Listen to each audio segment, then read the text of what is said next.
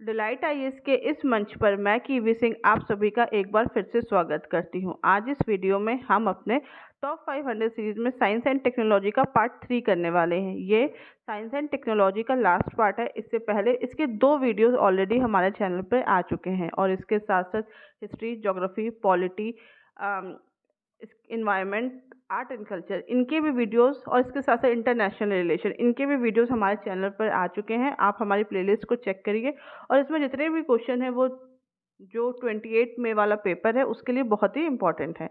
तो I hope आप उसको देखेंगे और ये आपके लिए बहुत हेल्पफुल रहेगा। तो चलिए शुरू करते हैं आज का वीडियो और देखते हैं सबसे पहला क्वेश्चन। प्रौद्योगिकी ऑप्टिकल ट्यूजर कभी कभी समाचारों में होता है। इसका निम्नलिखित में से किस क्षेत्र में अनुप्रयोग होता है? पहला, दवा लक्षित दवा वितरण के लिए। दूसरा, नैनो इंजीनियरिंग, एकल अणुओं से सामग्री का अध्ययन और निर्माण करना। तीसरा, क्वांटम ऑप्टिक्स, प्रकाश के साथ एकल कणों की परस्पर क्रिया का अध्ययन करना। और चौथा, उपरोक्त सभी। तो इसका ऑप्शन है उपरोक्त सभी। ये चारों के ही चारों ऑप्शन सही हैं। इन सभी में इसका प्रयोग किया जाता है। ऑप्टिकल ट्विज़र्स, जिन्हें मूल रूप से single beam gradient force trap कहा जाता है, यह एक वैज्ञानिक उपकरण है जो कि बहुत ही सूक्ष्म और बहुत ही उप सूक्ष्म वस्तुओं जैसे कि परमाणुओं, नैनो कण और इनको स्थानांतरित करने और उनको पकड़ने के लिए एक क्लिप की तरीके कार्य करता है। ठीक है, और इस तरीके से ये अत्याधिक केंद्रित लेजर बीम का उपयोग करते हैं। ठीक, यदि वस्तुओं को किसी बिना सहारे के हवा या निर्वात में रखा जाता है तो इसे ऑप्टिकल उत्तोलन कहते हैं। ठीक है, और लेजर प्रकाश एक तरीके से एक बल का प्रयोग करता है जो इसके बीच में एक अपवर्तक सूचकांक का निर्माण करता है। ठीक है, हम ऑप्टिकल ट्यूजर्स का जब अनुप्रयोग देखेंगे तो देखिए इनका उपयोग बायोलॉजी और मेडिकल फील्ड में भी है। किस वे में? उदाहरण के लिए जब हम देखते हैं तो एकल जीवाणु, एकल शुक्राणु कोशिका या रक्त कोशिका डीएनए जैसे अणु को पकड़ने में ये काफ़ी हेल्पफुल रहता है। नैनो इंजीनियरिंग या नैनो केमिस्ट्री में एक अणु से सामग्री का अध्ययन करना और उसका निर्माण करने के लिए हेल्पफुल है। और तीसरा जो ऑप्शन था क्वांटम ऑप्टिक्स और क्वांटम ऑप्टोमेटेनिक्स, ठीक है, प्रकाश के साथ एकल कणों की बातचीत का अध्ययन करने के लिए भी ये काफ़ी हेल्पफुल है। और यह इसमें जो ऑर्थर एक्सिन द्वारा इसका विकास किया गया है और इसमें इनका जो योगदान है वो काफ़ी ज़्यादा हेल्पफुल रहा है और इसके लिए इनको 2018 में फिजिक्स का नोबेल प्राइज़ भी मिला था। अब हम लोग देखते हैं क्वेश्चन नंबर 2। ध्रुवीय विज्ञान और क्रायोस्फीयर रिसर्च PACER योजना के संबंध में निम्नलिखित कथनों में से कौन सा कथन सही नहीं है? ठीक है, पहला, पहल पृथ्वी मंत्रालय द्वारा शुरू की गई है। यह कार्यक्रम पृथ्वी विज्ञान मंत्रालय के तहत एक स्वायत्त संस्थान राष्ट्रीय ध्रुवीय और महासागर अनुसंधान के माध्यम से क्रियान्वित किया गया है। इस योजना का उद्देश्य वायुमंडलीय और महासागरीय विज्ञान, जीव विज्ञान, भूविज्ञान और हिमनद विज्ञान जैसे बहुविषयक अनुसंधान का समर्थन करना है। चौथा, यह केवल अंटार्कटिक क्षेत्रों में वैज्ञानिक अनुसंधानों के लिए धन उपलब्ध कराता है। इसमें हमें बताना है कि कौन सा ऑप्शन सही नहीं है।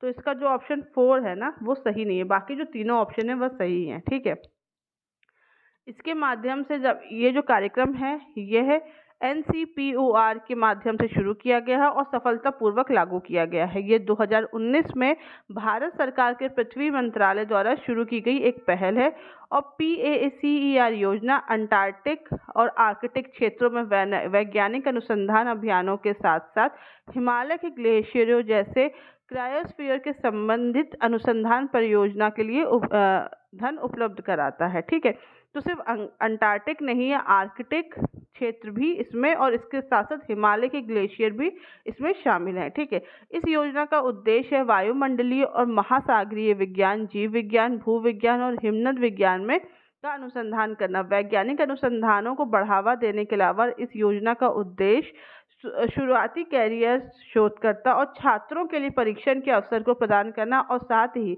इन क्षेत्रों में अनुसंधान के बुनियादी ढांचे और सुविधाओं का निर्माण करना जिससे बहुत हेल्प हो लोगों को या जो बच्चे इस बारे में रिसर्च करना चाहते हैं उनको। ठीक है, अब हम लोग थोड़ा जानते हैं NCPOR के बारे में। NCPOR मतलब national centre for polar and ocean research है। यह पृथ्वी विज्ञान मंत्रालय के तहत एक स्वायत्त अनुसंधान संस्थान है।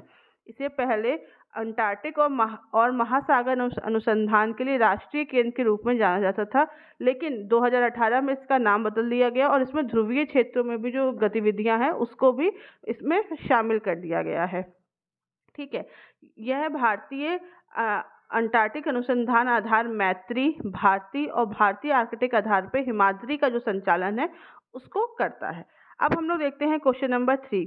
हाल ही में रिपोर्ट किए गए बैक्टीरिया लिस्टेरिया मोनोसाइटोजेनस पर्यावरण में कहाँ मौजूद है? काफ़ी वियर्ड नेम है इसका। ठीक है, देखते हैं। पहला है ऑप्शन ए मिट्टी, दूसरा पानी, तीसरा पशु की आंत। इनमें से हमें सही ऑप्शन में चूज करना है कि कौन सा ऑप्शन इसमें से सही है। तो इसका ऑप्शन 4 है, ये तीनों में ही मौजूद है। ठीक है, हम ये देखेंगे कि कैडबरी ने लिस्टीरिया प्रदूषण की आशंकाओं में यूके में इस चॉकलेट को वापस मंगाई थी। ठीक है, देखते हैं अब इसका हम रीज़न देखते हैं क्या है, क्यों इन न्यूज़ में था, इस वजह से था। अब देखते हैं कि क्या रीज़न था कि जो लिस्टेरिया ये मोनोसाइटोजेनस एक बैक्टीरिया है जो फ्लू जैसे लक्षणों के संक्रमण का कारण बनता है।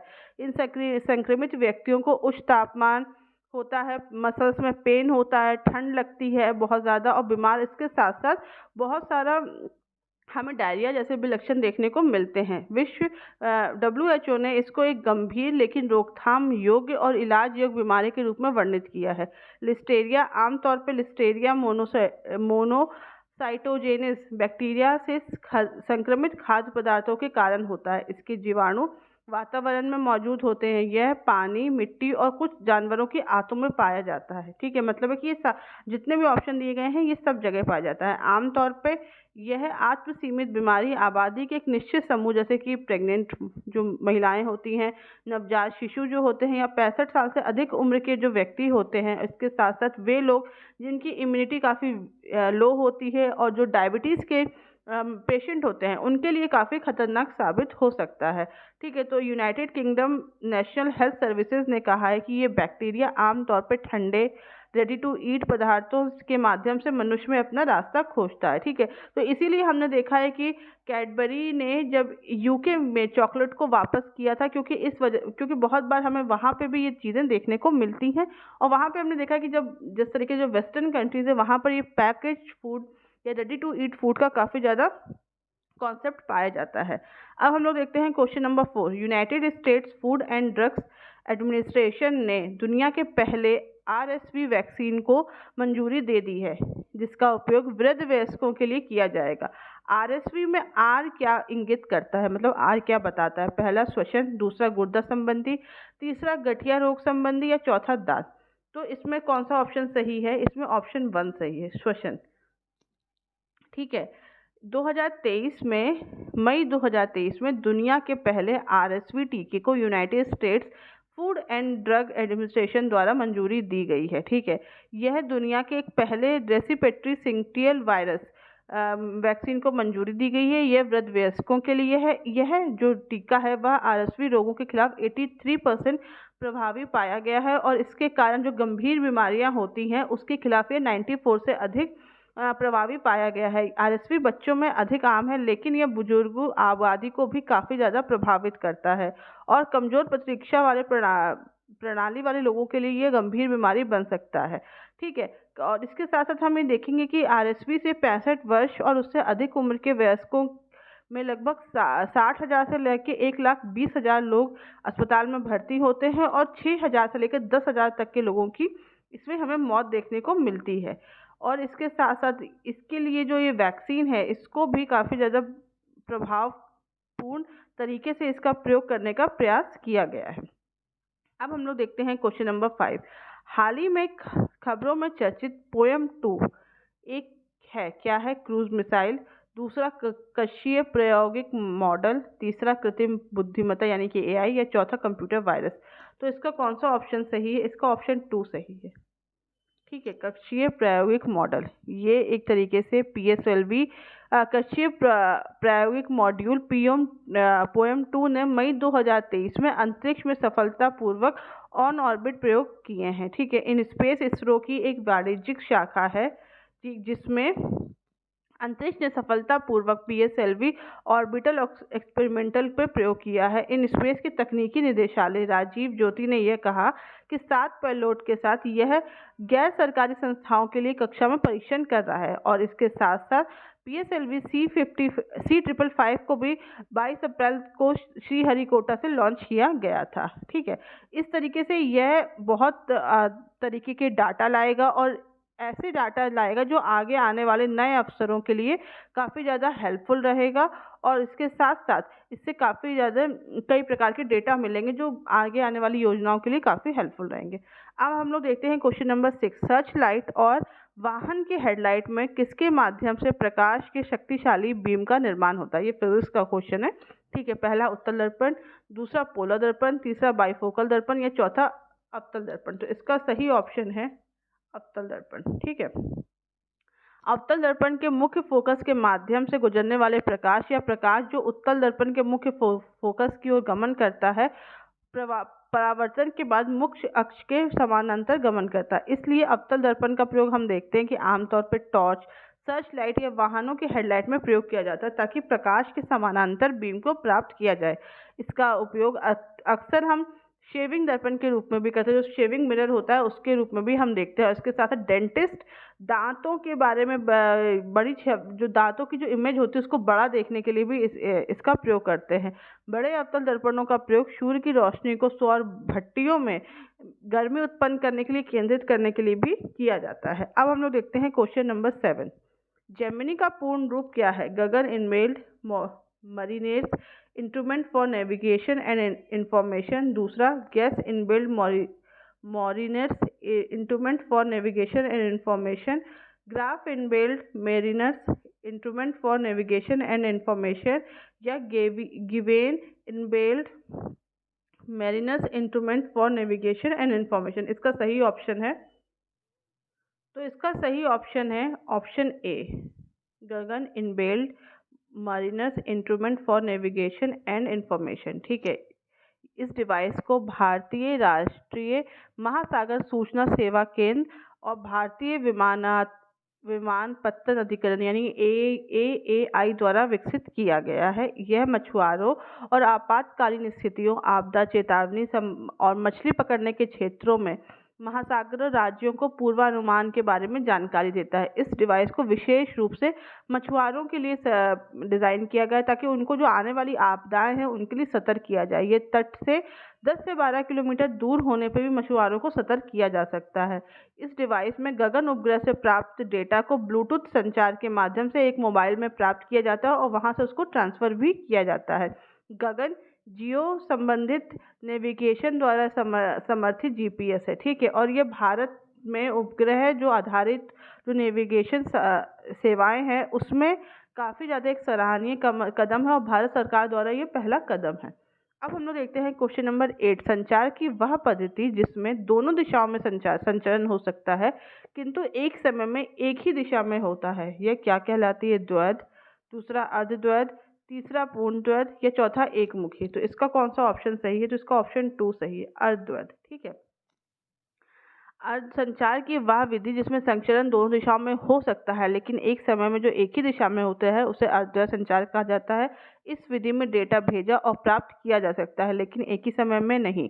ठीक है, इसके बजाय डेटा पहले एक ही दिशा में प्रसारित होता है, फिर संचार चैनल विपरीत दिशा में डेटा संचारित करने के लिए स्विच करता है। मतलब एक बार आप डेटा भेज दो, फिर उसके बाद जब एक सेंटर से दूसरे सेंटर पे पहुंच जाएगा, एक पॉइंट से दूसरे पॉइंट पे पहुंच जाएगा, फिर उसके बाद दूसरे पॉइंट से पहले पॉइंट पे आता है। संचार के इस तरीके पे आमतौर पे हम देखते हैं वॉकी टॉकी, 2-वे रेडियो और कंप्यूटर नेटवर्किंग के कुछ क्षेत्रों में इनका उपयोग किया जाता है। ठीक है, द्वैध संचार विधि एक संचार की वह विधि है जिसमें डेटा को दोनों दिशाओं में एक साथ प्रेषित और प्रेरित भी किया जा सकता है। ठीक है, और यहाँ यह स्थिति में और हम जब देखते हैं एकल संचार विधि वह होती है जिसमें डेटा केवल एक दिशा में प्रेषित किया जाता है। मतलब ऐसा होता है एकल संचार एक बार हम देखते हैं उसमें आप सिर्फ एक तरफ से ही डेटा भेज सकते हैं, दूसरी तरफ से कोई डेटा नहीं आता है। अब हम लोग देखते हैं क्वेश्चन नंबर 9। सन परियोजना में प्रयुक्त वृहत हेड्रॉन संगठक LHC एक कण त्वरक है। यह किन देशों की सीमा पर अवस्थित है? ठीक है, पहला स्पेन और फ्रांस, दूसरा फ्रांस और जर्मनी, तीसरा स्पेन और स्विट्ज़रलैंड, या चौथा फ्रांस और स्विट्ज़रलैंड। तो इसका ऑप्शन 4 सही है। फ्रांस और स्विट्ज़रलैंड की सीमा पर यह स्थित है। यह CERN परियोजना में जो प्रयुक्त बृहद हैड्रॉन संगठक यानी कि लार्ज हैड्रॉन कोलाइडर है, वह एक कण त्वरक है जो कि फ्रांस और स्विट्ज़रलैंड की सीमा पर स्थित है, और यह स्विट्ज़रलैंड में यूरोपीय नाभिकीय अनुसंधान संगठन सन, ठीक है, मतलब सन का फुल फॉर्म है यूरोपीय नाभिकीय अनुसंधान संगठन में स्थित एक कण त्वरक है। यह दुनिया का सबसे बड़ा और सबसे शक्तिशाली कण टकराव है, जिसका उपयोग प्राथमिक कणों के गुणों और उनके कार्यों को नियंत्रित करने वाली शक्तियों का अध्ययन करने के लिए किया जाता है। LHC कणों को बहुत उच्च ऊर्जा में त्वरित करने के लिए काम किया जाता है, और फिर नए कणों को बनाने और उनके गुणों का अध्ययन करने के लिए इन्हें फिर से अत्यधिक उच्च गति में टकराया जाता है, और उस प्रकार जो प्रक्रियाएं होती हैं उसके बारे में जो गति होती है, या जो मतलब जो रिजल्ट आता है उसके बारे में हम अध्ययन करते हैं। अब हम लोग देखते हैं क्वेश्चन नंबर 10। गुमशुदा मलेशियाई MH370 का पता लगाने के लिए उपयुक्त में से गहरे सागर में का खोजी यान कौन सा है? पहला Phoenix NV, bluefin 21, Nereus AOV और रेमस 6000। ठीक है, तो इसमें सही ऑप्शन कौन सा है ये हमें बताना है। तो इसका ऑप्शन 2 सही है, ब्लूफिन 21। ठीक है, ब्लूफिन 21 इसके एक जो MH370 का पता लगाने के लिए गहरे सागर में एक बहुत अच्छा काम था। यह एक अत्यधिक मॉड्यूलर स्वायत्त मानव रहित जलगत वाहन यानी कि UV है, जो कि कई बार उसमें कई सेंसर और पेलोड होते हैं, जो कि यह बहुत उच्च ऊर्जा से सक्षम होता है और अत्यधिक गहराई पे भी जाकर संचालन से होता है, जो इसको सक्षम बनाता है। ठीक है, और ब्लूफिन 21 में अपार क्षमता होती है। यह विश्व भर में विभिन्न अवसरों पर जहाज़ों को संचालित करने के लिए पर्याप्त लचीला है। ठीक है, इसमें कई प्रकार यह खोज बचाव पुरातत्व के क्षेत्र में काम आता है, समुद्र विज्ञान के कई क्षेत्रों में भी ये काम आता है। जैसे जब मलेशिया में MH370 जब समुद्र में क्रैश हो गया था, उसका कुछ पता नहीं चला था, तो इसने बहुत ज़्यादा हेल्प की थी। तो आज के वीडियो में बस इतना ही। ठीक है, आपको इस वीडियो से रिलेटेड जो भी PDF है आपको हमारे टेलीग्राम ग्रुप पे मिल जाएगा, और ये साइंस एंड टेक का लास्ट वीडियो था, और बाकी वीडियोस अभी चैनल पर और आएंगे, और जो आ चुके हैं आप उसको हमारे प्लेलिस्ट पे जाके देख सकते हैं। Thank you so much.